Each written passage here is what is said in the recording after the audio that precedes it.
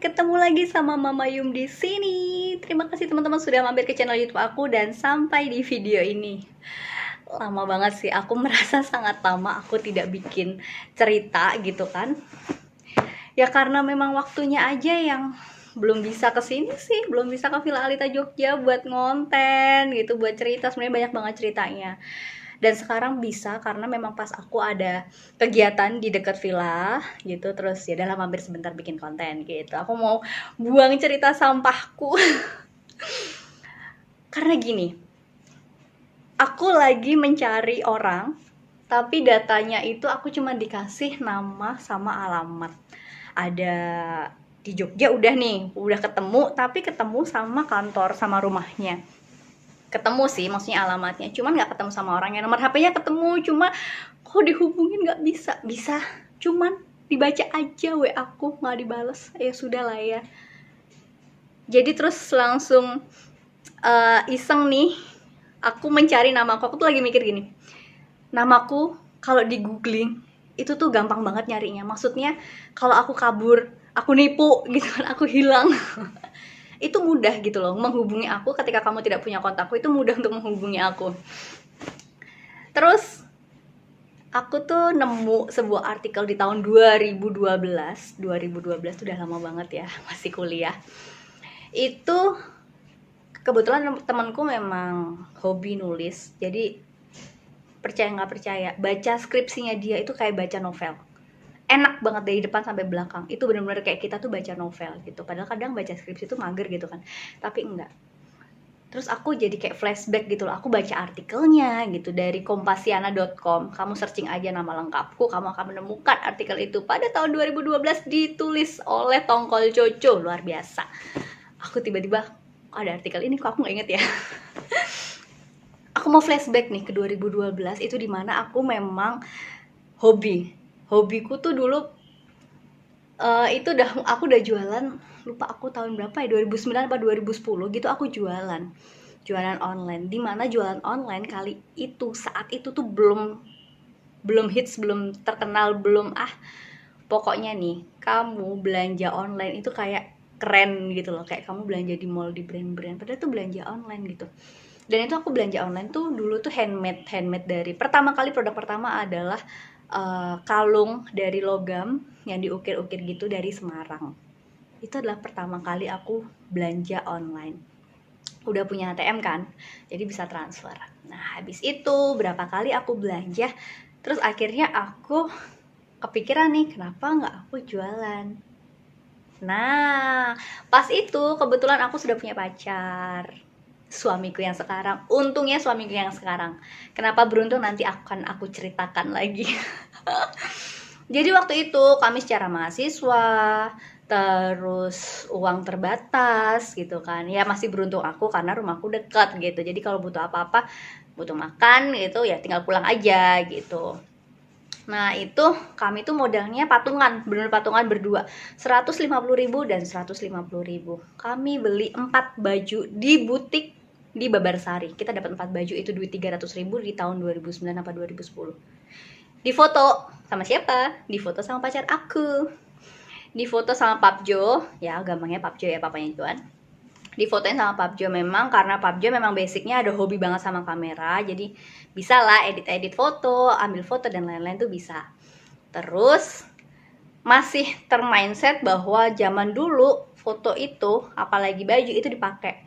Tentulah hobiku ini, kenarsisanku ini agak sedikit bermanfaat gitu. Pede aja embuh piye bentuk aneh gitu kan. Pokoknya itu urusannya Papjo untuk menyempurnakan foto itu untuk jualan.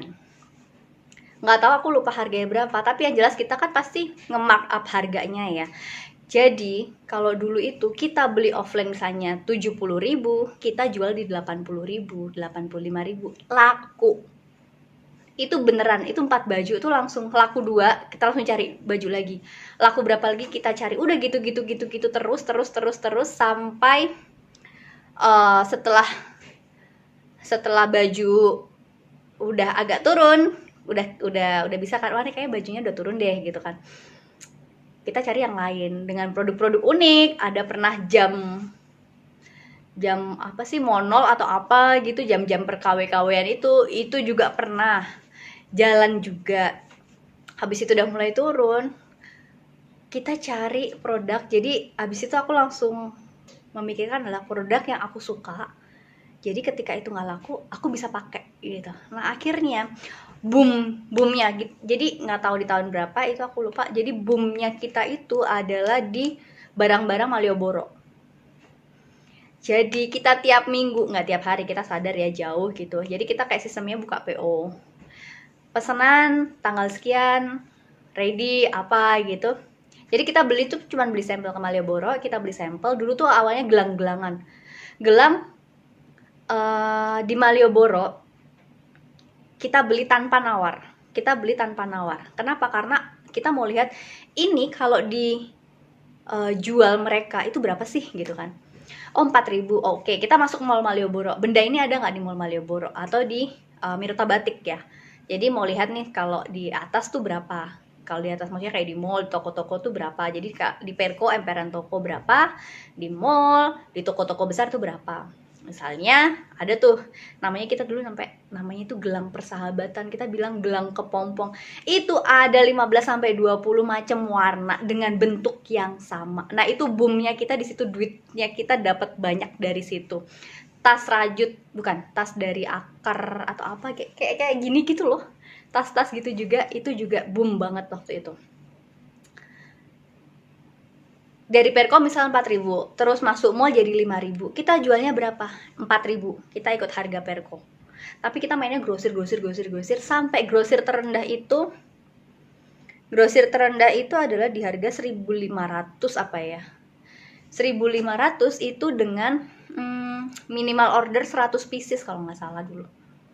Jadi karena kita kan order ke pedagang di Perko itu langsung 100 pieces, harganya turun lagi dong, nggak 4.000. Kita bisa dapat harga itu paling murah di harga 700 rupiah. 700 rupiah. Jadi kita benar-benar bisa dapat marginnya walaupun cuman 500 rupiah, tapi kita langsung dikaliin berapa ratus gitu kan. Dan itu boom banget, itu jadi kayak rezekinya kita dapat banyak tuh dari situ. Kalau baju kita jual satu baju ya untungnya 10.000, tapi itu agak lama. Sedangkan kita jual barang harga 4.000, 3.000 gitu kan, mereka sekali beli langsung 10, 20 karena mereka mau kembaran nih sama teman-teman. Karena aku pun juga gitu kan, ngerasain sasarannya kita dulu, tahu banget sasaran kita adalah pelajar gitu, anak-anak SMA gitu, anak-anak mahasiswa awal-awal gitu, yang mereka tuh masih kayak geng-gengan gitu kan, persahabatan bayi kepompong tuh pada kembaran gitu. Ya aku dulu juga gitu sih soalnya. Jadi nyasarnya kan mereka sekali bilang 10 padahal 20 macam warna gitu kan. Ya mereka satu orang tuh bisa beli 10 sendiri. Dan resellernya itu nggak cuma dari satu tempat gitu. Jadi lucunya aku bisa ketemu sama anak-anak SMA itu dari Jakarta, dari Surabaya, dari Bandung, dari mana-mana, itu sekali beli 200, 300 berapa. Jadi itu bahagia banget sih. Jadi kayak udah jalan rezekinya di situ gitu. Tas-tas itu pernah juga kita dapat orderan tuh dari Kalimantan buat perpisahan pindah rumah. Itu momennya tuh kita benar-benar dari ujung Malioboro ke sini, ke ujung sini, kita nyebrang dari ujung sana ke ujung sana. Kita cari tuh langsung, nggak pakai nawar yang lama tuh, nggak langsung bilang, "Bu, tas ini," kita kan udah bawa nih, kita udah punya sampel kan, kita udah beli. Misalnya waktu itu kita beli tanpa, maksudnya mereka nawarin itu 25.000. Langsung aku bilang, "Bu, tas ini ada nggak?" "Ada." "Oh, oke, saya mau ini, mau beli berapapun bisa, modelnya mirip, harganya 17.000 dapat nggak?" Modelnya gitu. Karena aku butuhnya banyak barang gitu loh. Jadi benar-benar aku puterin semuanya. Ada nggak? Dari ujung sampai ujung tuh akhirnya dapat 25-an apa 30 pieces. Sampai kita tuh bingung. Itu pertama kalinya kita menghadapi masalah di pengiriman. Karena kita langsung masukinnya semua pakai kardus gede. Kenanya volume semua. Wah, itu udah over budget banget gitu kan. Jadi kita dapat profitnya itu di 8.000, 9.000 per tas. Ongkirnya kita udah lebih gede banget. Akhirnya setelah muter-muter semua, akhirnya kayak waktu itu aku lupa sih dapatnya di Tiki atau di Pos gitu, yang akhirnya bisa pakai berat dengan berbagai macam repacking lagi, kayak waktu itu di repacking lagi deh, tapi tetap untungnya sampai sana puji Tuhan selamat gitu. Nah, ya aku mau cerita di sini adalah zaman dulu jualan online itu keren. Beli online tuh keren, saingannya sedikit.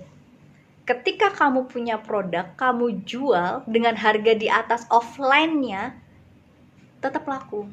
Beda sama sekarang gitu loh. Sekarang tuh aku sampai capek jualan tuh karena gini. Mungkin karena aku sudah tahu merasakan yang dulu enak gitu kan. Kok sekarang jualan susah ya gitu. Kok sekarang jualan harus gini, harus macam-macam. Jadi kayak harus mengikuti perkembangan zaman banget kan, apalagi sekarang tuh modelnya live gitu kan. Yang sering live itu yang sering diminati. Dan lagi, kayaknya itu susah banget ngejual barang itu di atas harga offline. Online itu harus lebih murah daripada offline. Padahal online pun banyak gitu loh. Biaya-biaya lainnya tuh banyak. Jadi ya ini aku share cerita buat teman-teman gitu kan, karena aku agak flashback tadi gara-gara searching namaku sendiri di googling ya, jadi ingat oh dulu kayak gini, sekarang kayak gini. Dan aku cukup capek sekarang nih jujur aku cukup capek untuk menjual yang butuh effort, yang butuh tenaga banyak, yang butuh pemikiran banyak gitu kan. Karena ya kebetulan anak-anak juga masih terhandle sama aku gitu, jadi kan waktunya itu ya agak susah.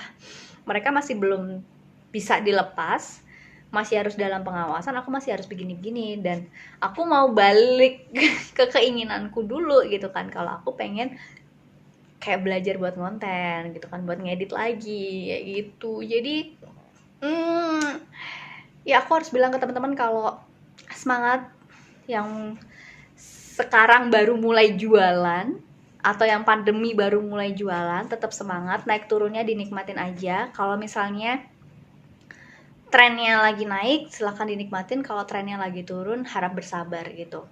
Karena memang ketika aku ajak teman-temanku untuk saling jualan, yuk gitu, karena pengen dapet tambahan pemasukan. Tapi memang tambahan pemasukan paling gampang menurutku ya, paling gampang, paling cepat bisa dilakukan adalah berjualan. Ya kalau misalnya aku kan startnya udah dari 2009-2010 gitu, jadi udah tahu nih aku harus ngapain. Nah ketika teman-teman itu baru mulai, apalagi pas pandemi baru mulai, ya kalau udah dikasih tahu bisa nih dipraktekin gitu. Apa yang cocok sih model sekarang tuh seperti apa, itu bisa loh langsung dipraktekin teman-teman. Dimanfaatkan, apalagi sekarang zamannya media sosial, boleh dimanfaatkan untuk media sosial. Beda lagi kalau misalnya teman-teman itu punya produk sendiri, mau branding, mau ngangkat produk ini, merek ini, brand ini, nah itu beda lagi. Karena kebetulan aku tidak berkecimpung di situ, jadi aku tidak terlalu banyak bisa bercerita tentang hal tersebut gitu. Aku memang menjualkan barang orang, tapi aku memang megang barangnya gitu. Jadi ya aku pegang barangnya, aku bisa mendeskripsikan barangnya, aku bisa tahu sendiri barangnya seperti apa. Itu yang aku ambil cara jualanku seperti itu gitu. Jadi sampai sini dulu ceritanya, karena aku habis ini mau lanjut lagi cerita tentang jualan barang pasangan. Tetap subscribe dulu, terus nyalain lonceng notifikasinya. Jangan lupa kalau butuh komen-komen silahkan di komen. Kalau mau di share-share, disebarluaskan, silakan, monggo. Jangan lupa buat tonton video selanjutnya. Sampai ketemu di video selanjutnya ya. Thank you, bye-bye.